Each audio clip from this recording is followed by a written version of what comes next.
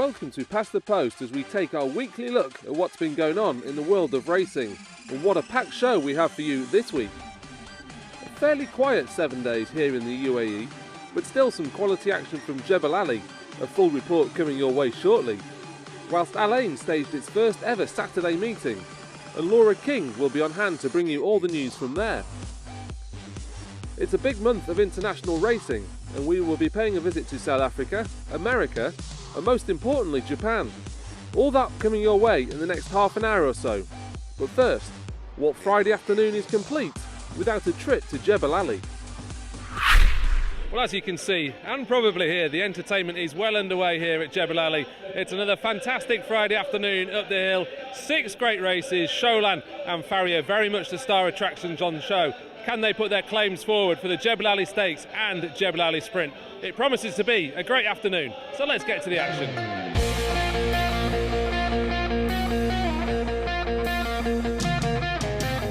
The card got underway with a good quality handicap, 10 going to post over 1400 metres, and it featured some regulars such as Qanat, who won 4 times over course and distance last season. He hasn't scaled those heights so far this campaign, but everything seemed in his favour in this. Terry Spargo takes up the action. Dream Tune and Najam Sahel are battling for the lead. Not a Given is wider on the track, he's third. Ya Whale being ridden along. Shabibi trying to improve, then El Razi, followed by Ozstad. And further back is Azatur with Pied de Terre, and well back now is Qanat going to the inside as they reach the 300 metres mark, where Najam Sahel and Dream Tune are joined by Not a Given on the grandstand side, and he's run to the lead. Azatur battling on, Shabibi coming through, and Qanat beginning to run on. It's Not a Given in front. Azatur is going after Not a Given. Not a Given joined and headed by Azatur, and Azatur is drawing away, having his first start for a long time. He was last to leave the starting gate. He's first home. So a great training performance from Erwin Sharpie to produce Azatur to win after a lengthy absence.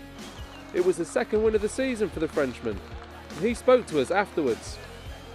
He's been alright, this horse. I mean, when he came from Godolphin, they told me that he was in such a handicap position. They could not get in the race, So, I mean, I think he got used a little bit as a pace horse.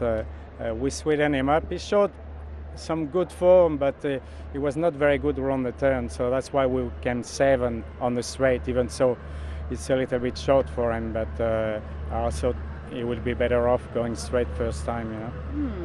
Did Noel have the pick between this one and Pied de Terre? Actually, not really. I mean, I just wanted, Noel rode Pied de Terre the other day, and the horse was slow out of the gate, so he knew him, and we changed gear as well. So I kind of wanted him to stick with this horse, so at least he get to know him. And Azatur, I think we got lucky as well, because I think they went much too fast in front. Yeah, quite possibly. He came from quite a long way back, didn't he? Yeah, I mean, to be fair, I mean, I thought it would be a little bit too short for him. That's why I thought we had better chance with Pied de Terre, but the race turned out to go much too fast early, and he could pick them up one by one. On to race 2, and Makarat was a strong international favourite to make it 3rd time lucky this season. He was renewing rivalry with Misbah, the score standing at 1-1 between the pair, and it seemed unlikely there would be much between them again. Fayez on the outside is going up to tackle the pair, followed further back by Ms. Barr and then Fitzgerald. Canary Wharf, double base in front of Fayez, who's still boxing on, and now Makarat is making his appearance on the scene past the 200 metres mark. Double base beat off Canary Wharf, but the grey's looming. Makarat strides up on the outside. Dane O'Neill has timed this to a nicety, and Makarat under the big weight coming away to win by more than a length to double base. A deserved win then for Makarat.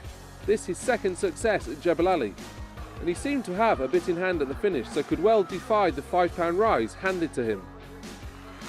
He had a nice long gap after race 2 to enjoy the National Day festivities. Here is a snippet of what you missed if you weren't on course.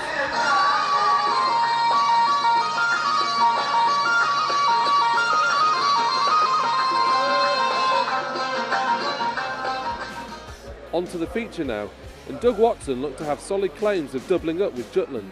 He was the likely pace angle, and it was a question of whether he could see off the persistent challenge of Farrier up the hill. Jutland in front with 250 metres to run. Farrier trying to run him down under Richard Mullen. He's picking up the bit, Farrier. He's coming at Jutland. Jutland but a half length in front. Farrier's trying, but Jutland's holding him at bay, and in the final 50 metres is holding him safely. And Jutland leads all of the way. He may not be the biggest, but he is certainly all heart, and found plenty for the urgings of Pat Dobbs. He and Farrier pulling over 9 lengths clear of the remainder. Jutland will have carnival aspirations once again this season, and who would bet against him picking up a race, particularly when stamina is at a premium. The maiden, somewhat unusually, was race 4 and featured some usual suspects in the form of Year of Glory, seeking his first win at the 8th attempt, and Mutahadith, who was behind Year of Glory last week. They didn't set an exacting standard, so perhaps a new shooter could usurp them both. Murasil has moved up with 300 metres left to run and taken the lead. The newcomer Faulkner goes after Murasil, and they will fight it out with Faulkner going home the best. Faulkner has rushed to the front, passing the 150 metres mark, and the first starter is much too good. He's climbing the hill in impressive fashion and will absolutely bolt in. Faulkner first, Murasil second, conform with back third. A treble then for Doug Watson, as Faulkner makes an impressive winning debut, a performance that afforded him an initial handicap mark of 85. It was a rare debutante winner for Watson, and we caught up with him afterwards.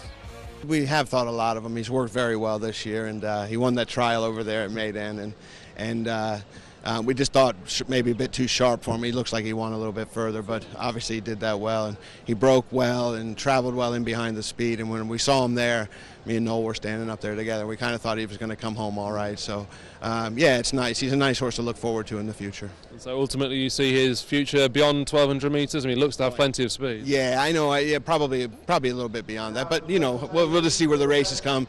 We'll see how harsh Melvin is on us. You know, up the hill sometimes they run away and the runs behind quit riding a little bit, and the winning margin looks a little bit more than it is. But he's a smart horse, and we look forward to him. We were trying to rack our brains, and we couldn't think of the last time you sent out a first-time-out winner. It's not really your modus operandi, is it? No, but there's such good form, and I think he's just a very nice horse to begin with.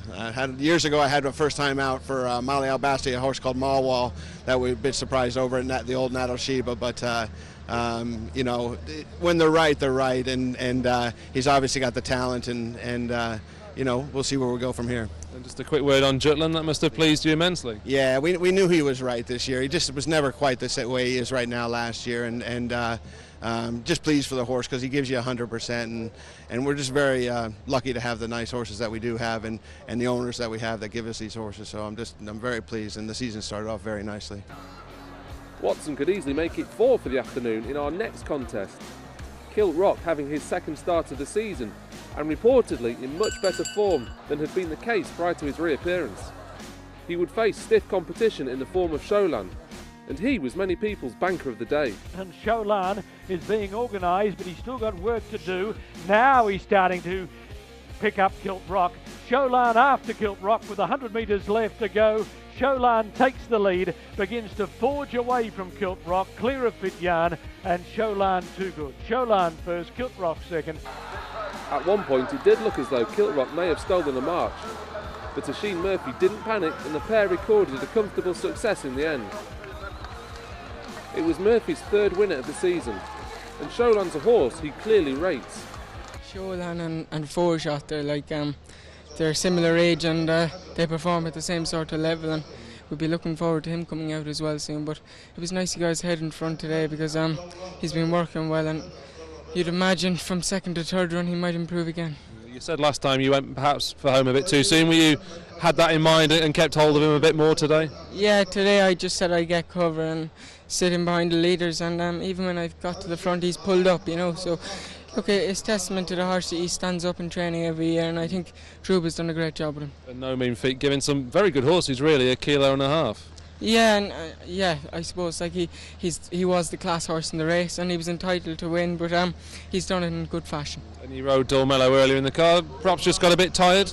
Yeah, I travelled better than the winner in the second into the straight, and I tried to follow them for a little, as long as I could, but when I've pulled him out and challenged, I've only gone half a furlong and he's blown up, and I finished a long way behind him, but he's one to look out for because he's a nice horse.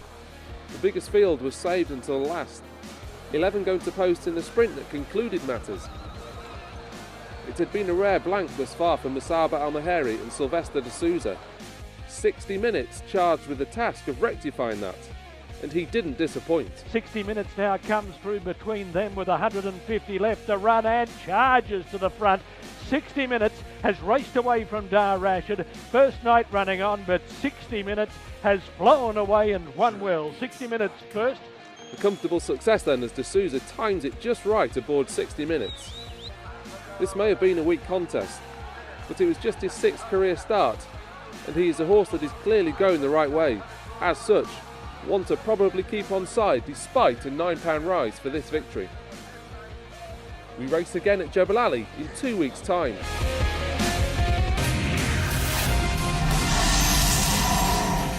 Racing enthusiasts wouldn't have to wait too much longer for their second dose of action this weekend.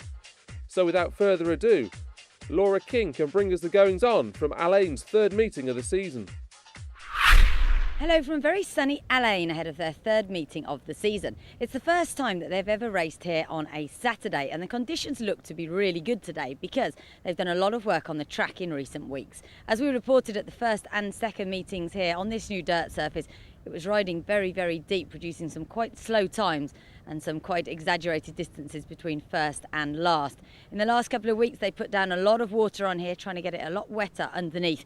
And so far, the trainers and jockeys that have looked at it are really happy that it will be a lot firmer, so we should see some quicker times today. We've got 6 races on the card. The official feature is race number 4, which is a 1,000 metre conditions event for the purebred Arabians. But I think race number 1 looks to be the pick of the action, and that is coming up very soon.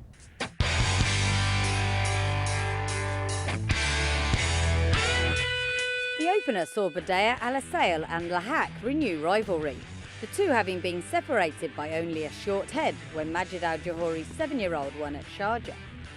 This time, both disappointed, and instead it was Dane O'Neill on recent maiden winner Alamiya who looked to have the upper hand, only to be passed by Zayed, who had finished behind him last time out. The eventual winning margin was 6 1/4 lengths from Alamiya, with Bayen running on from the rear in 3rd. Ziyad ridden out by Royston French is drawing clear over the final 100 metres. Ziyad will be much, much too good. Ziyad down to the line, a very easy winner. The win was the 2nd of the season for Royal Cavalry of Oman trainer Ibrahim Al-Hadrami, and an 11th for in-form Royston French, who came and chatted to us afterwards. He was quite soundly beaten by Alamiya last time. Yes, to be honest, I probably didn't give him the best of rides. I was drawn on the inside, meant to hold him up. There wasn't a great deal of pace, and unfortunately I was sat too handy doing too much, but we got the tactics right today. Yeah, you certainly did. He breaks his maiden. That should give him a bit of confidence as well. Yes, absolutely. He's been running well in defeat. Like I say, last time, things didn't work out, but we got it right this time, and he reversed the form, and I think he's got a bit of a future. How are you finding the track out there today? Is it a lot faster? Yes, today. I walked the course before, and they've done a marvellous job. It's riding a lot quicker, and I think feedback from all of the guys in the weighing room, very happy and happy to ride riding like that every time. Al-Hadrami's 3rd winner of the season was to arrive shortly afterwards. This time it was in the 1600 metre maiden, when Asham showed dramatic improvement on his first 2 runs, scoring decisively from Marouj and Zokrov. The rider looked around on Asham, and with 300 metres left to go, Asham is nicely clear. Marouj in 2nd spot, giving chase, but giving chase in vain. Maram is holding down 3rd place. Asham in front, and the stable is all set for a double in the first 2 here. Shefpan Mazur driving Asham to the line, and Asham is much too good. Asham first, so it's Oman, 1st and 2nd races. This time it was Shekpan Major on board for his first winner in the UAE. And we used the opportunity to quiz the young jockey about his homeland, Korea, and some Polish pronunciation. Congratulations. First of all, what's the correct way to say your first name? Szczepan. Right, okay, thank you, Stefan. Well done, your first winner here. It must be nice to get that one out of the way. No, I hope. Yes, I am very happy from this win because it's my first win and I'm here first month and I'm very, very happy. You've only had, I think, 10 or 11 rides, so you've done well to get one on the board. Yes. And it's only 11 right. you're from Poland, is that correct? Yes, I'm from Poland and I'm working with this trainer, Ibrahim. Okay, you're based with Ibrahim. Yeah. Okay, anything else coming up today, or are you done now? No, there's only one. Tomorrow I have to ride in Abu Dhabi. Yeah. And tell us a bit about yourself, because you were a champion jockey back home, is that right? Yeah, I'm champion jockey in Poland and our season is finished now. And I come here and I hope there's not the last one win here. I'm sure it won't be. You're with a good yard. And in Poland, are you racing on Arabians or thoroughbreds?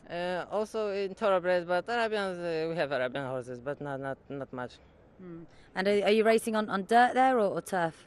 Only in grass. We don't have signs in Poland. On to the thoroughbreds, who made life as awkward as possible before consenting to line up for their 1400-metre maiden.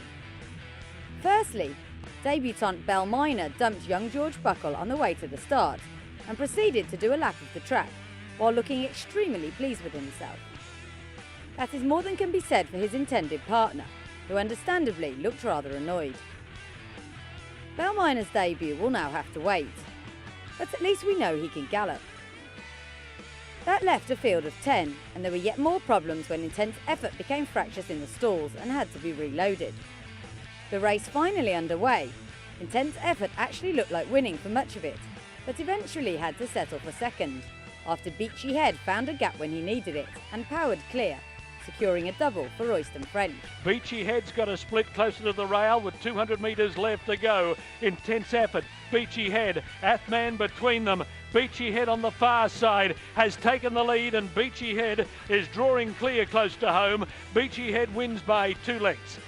It was a successful second start for Ali Rashid Al Rahi's 3-year-old colt, and Royston was pleased, the win sending him to the top of the jockeys table. I think the key to him is keep on at him because you know he was very lazy, but he did respond. Yeah, you were pushing him a long way out. You actually came from quite a long way back. Yes, you know, like I say, very lazy, and you know, as long as I could sort of get him into some sort of rhythm, which we did thankfully, and you know, he picked up well. Yeah, he certainly did. And was it quite an easy pick? You had 2 in the race to choose from. Yes, pretty much. You know, we sort of work and discuss sort of rides on a daily basis, and he was obviously working the better of the 2. And were you sort of exempt from those shenanigans at the start? Because that looked quite unpleasant for everybody. Yes, unfortunately, sort of, you know, a couple got upset, and I was drawn well away from it, so it didn't bother me. Good stuff. Really good start to the season for you. 12 winners. You're at the top of the jockeys table. Yeah, no, great start. You know, it's only early days, but couldn't be happier the way things are going. The 4th race was a private owners contest over 2,000 metres, and 9 of them faced the starter. The 3 maidens in the race didn't look like the likeliest of winners beforehand, but on a day of mild surprises, it was Nicham Almels who collected the victory, the first of his career.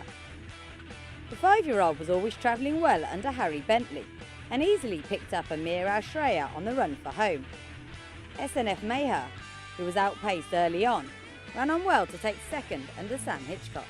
Nishamel Mills went to the front, 150 metres out and broke away. Nishamel Mills got away from then Amir Al-Shreya, and Nishamel Mills is striding clear for what will be a good win. Nishamel Mills first, Mars second. Nishamel Mills was the first winner ever in the UAE for his owner, Mohammed Atiq Al-Mazroui, and a first of the season for trainer Ahmed Al-Mahabi. And Harry said it was the step up in trip that had made the difference. Well done. I just said I thought when you came today you probably didn't expect to go home with a winner. Is that fair? No, probably not. I've ridden the horse a couple of times now, and I just thought, well, I kept on saying that the step up and trip will definitely benefit him. He's been a little bit colty, but since he's had a few runs, he's just got his back down and he seems to be a bit better. You look really confident turning for home. Did you know you had it? I thought so. I mean, it's a long old run in here, and you never quite know if something's just going to do you late on, but look, he travelled really well, and for an Arabian to take you like that into a race is not always the case. So I knew I was setting probably on the best horse, turning for home. Can he go on, do you think, and pick up another handicap maybe? Yeah, definitely. Look, he's won. I think he's won easy enough. I wasn't overly hard on him, and like I say, the step up in trips benefited him, so I think he could probably go on from this. On to the 80,000 dirham feature, a conditions event over 1,000 metres, which attracted a paltry field of 6. The highest rated was TM ACDC, and he conceded weight all around, but still eked out the win under Asheen Murphy. Always prominent, he was well on top in the final furlong, but had to hold off the late challenge of Anabak Warsan, who got to within a neck. ACDC with his head in front, Waljani battling back, shows you El Ghabi is gone, Anabak Warsan still there, but it's Waljani and ACDC with Anabak Warsan coming from the tail, ACDC in front and clings on. ACDC beat Anabak Warsan, who came from last. It was the first winner of the season for trainer Omar Daraj Mohammed, and a first ever purebred Arabian winner for Asheen Murphy, who was completing a good weekend. The lucky last was another 1,000 metre event, this time for horses in the lofty 30 to 45 handicap band. A field of 9 were led a merry dance by the top weight Magic de Payon, who provided trainer Eric Lamartinel, jockey Gerard Avranche and owner Ali Haddad with their first winners of the campaign. Given an energetic ride by his Qatar-based jockey, Magic de Payon shrugged off his rivals in the final 100 metres and was well on top at the finish. Tamua S came in second, just ahead of Vernet. Magic du Payon leads with 100 metres left to go. Vernet is still trying, but Magic du Payon is just too nippy, and Magic du Payon wins. That's all for Alain this week, and the track now takes a 3-week break, resuming its action on December the 19th.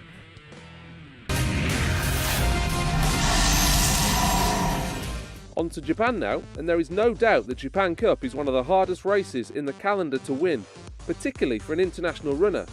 You have to go back to 2005 and Al Qased for the last successful foreign raid. Trading Leather representing Godolphin and Ivanhoe, a dual Group 1 winner in Germany this campaign, with a pair charged with the task of trying to wrest the prize away from the likes of Gentle Donna, Harp Star and Spielberg. An expectant crowd crammed together like sardines to watch. So let's see what happened. Away they go, racing in the cup. And racing up on the outside, Uncoiled goes to the lead, takes on this time a best play, and in between runners is Epiphania. Down the middle of the track, running on his one and only Isla Bonita, and just away. Where's Gentle Donna? She's just in behind them and struggling at the moment. It's Epiphania starting to race away. Epiphania leads out by 3 lengths, just away down the middle of the track. It's going to be Epiphania's Japan Cup. Epiphania will go on and score along the rail. Epiphania goes and wins on by 4, just away, but second, Spielberg third. There was to be no fairy tale third Japan Cup for Gentle Donna, as Efanea ran out a very comfortable winner under Christophe Soumillon. Sadly, Trading Leather suffered an injury during the race and had to be put down. It was one of the last big weekends of the season over in Northeast America. The Cigar Mile the highlight, whilst California Chrome was in action on the turf. Let's head stateside and relive the best of the action. And California Chrome up to get the lead at the top of the lane. Sawyer's Hill is trying to dig deep in second. Lexi Lou and Flamboyant homeward bound, and California Chrome in full flight for the wire. The filly Lexi Lou's run a brave one, but just look at California Chrome. California Chrome is California's hot drop, wins it easily. Private Zone put on the lead at the start by Martin Pedrosa, and he's won the Cigar Mile in front-running fashion.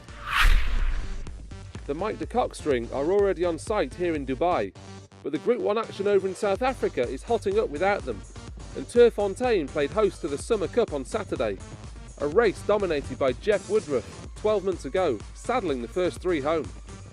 He again had plenty of chances, including Louis the King, who was last season's Triple Crown winner.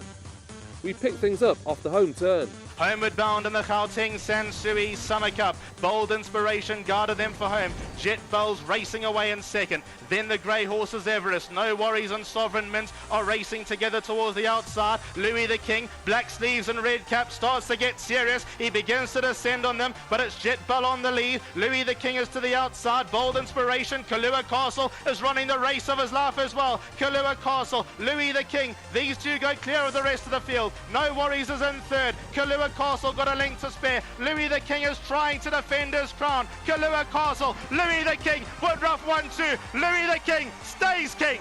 Louis the King wins the Gauteng Sansui Summer Cup. Kailua Castle second.